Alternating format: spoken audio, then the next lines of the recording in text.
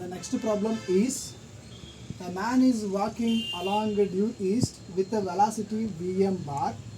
A bus is moving with velocity Vb bar with 30 degree with west of north, and a car is moving with velocity Vc bar 60 degree with south of west.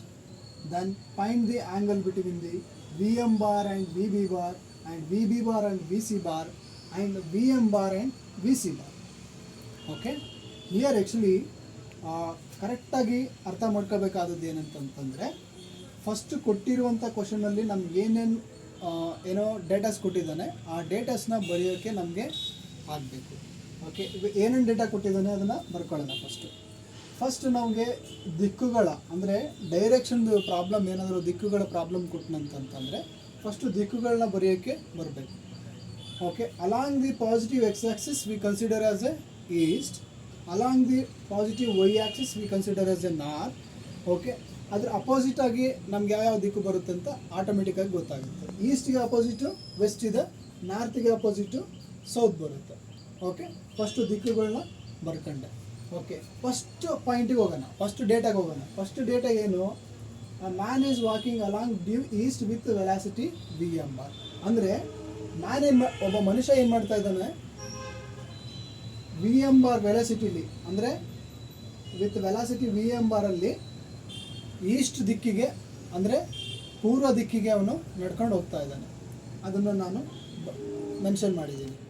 Okay, next point, next data ಏನು? ಆ bus is moving with velocity v b bar 30 degree with west of north ಅಂತ ಹೇಳಿದ್ದಾನೆ. ಹಾಗಾದರೆ ಏನು ಅದು ಇದರ ಅರ್ಥ ಏನಪ್ಪ? ವೆಸ್ಟ್ ಆಫ್ ನಾರ್ತ್ ಅರ್ಥ ಏನು ಅಂತಂತಂದರೆ, ನಾರ್ತಿಂದ ವೆಸ್ಟ್ಗೆ 30 ಡಿಗ್ರಿ ಇನ್ಕ್ಲೈನಲ್ಲಿ ಬಸ್ ಏನು ಮಾಡ್ತಾ ಇದೆ, ವಿ ಬಿ ಬಾರ್ ವೆಲಾಸಿಟಿಲಿ ಚಲಿಸ್ತಾ ಇದೆ. ಅದನ್ನು ನಾನು ಮೆನ್ಷನ್ ಮಾಡಿದ್ದೀನಿ. ನಾರ್ತಿಂದ ವೆಸ್ಟ್ಗೆ 30 ಡಿಗ್ರಿ ಇನ್ಕ್ಲೈನ್ ಆಗಿ ಬಸ್ಸು ಮೂವ್ ಆಗ್ತಾ ಇದೆ, ಅದನ್ನು ನಾನು ಇಲ್ಲಿ ಮೆನ್ಷನ್ ಮಾಡಿದ್ದೀನಿ.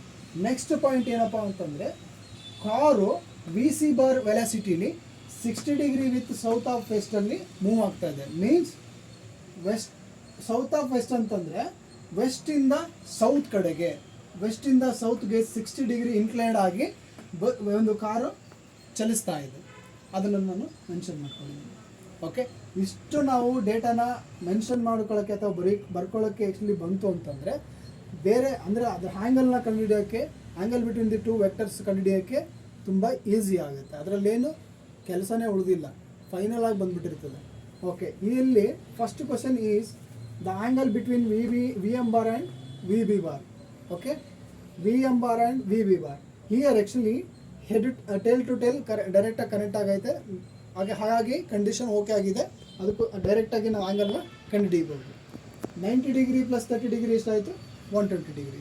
Therefore the angle between v m bar and v b bar is 120 degree. The next question is angle between v b bar and v c bar.